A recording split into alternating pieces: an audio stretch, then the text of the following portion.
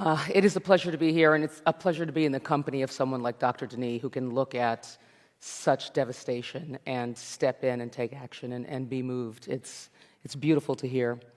And I thank both of you for joining us as well.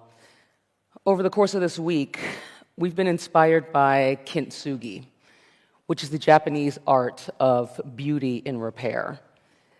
And we've been thinking about how that encapsulates the response that's called for in this moment.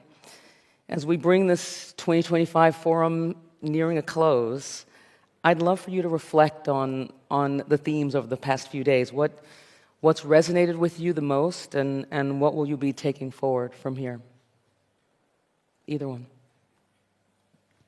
Well, I will say first, thank you, Marla, my sister. I am so proud of you. Thank you. And this new role you Thank have.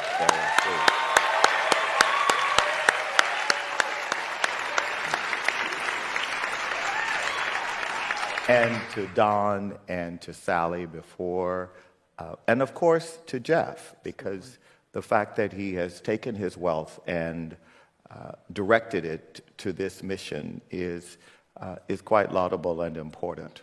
The things I have taken away from this week are the things that relate to me and my work at the Ford Foundation, and the lessons that we in philanthropy need to hear and listen to. One theme has been that we don't listen enough, that we believe we have the answers and are too often convinced of our infallibility. And so we lack humility. Yep. And so I heard that. I also heard the notion of being serious about the rhetoric that we profess around listening to people closest to the problems. Yep. We're very good in philanthropy at the rhetoric.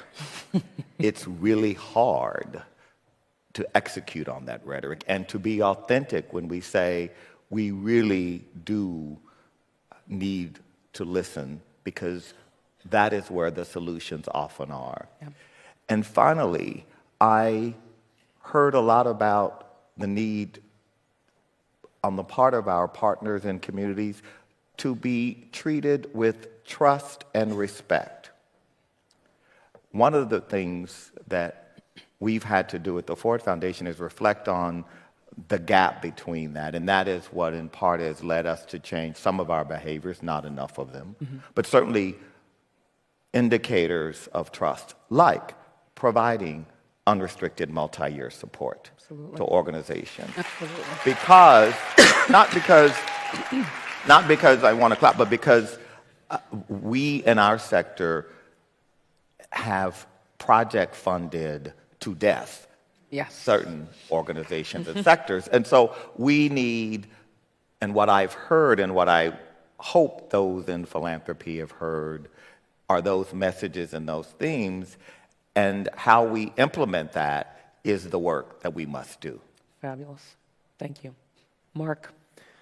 Well, first echoing my thanks and congratulations to you, and thanks to Jeff and Don for hosting this event. And it first and foremost, what this week and this crowd and frankly the panel we all just heard, Inspire, forces me personally, but forces us all to remind ourselves, why do we work? What is the point of philanthropy in the first place? What is the point?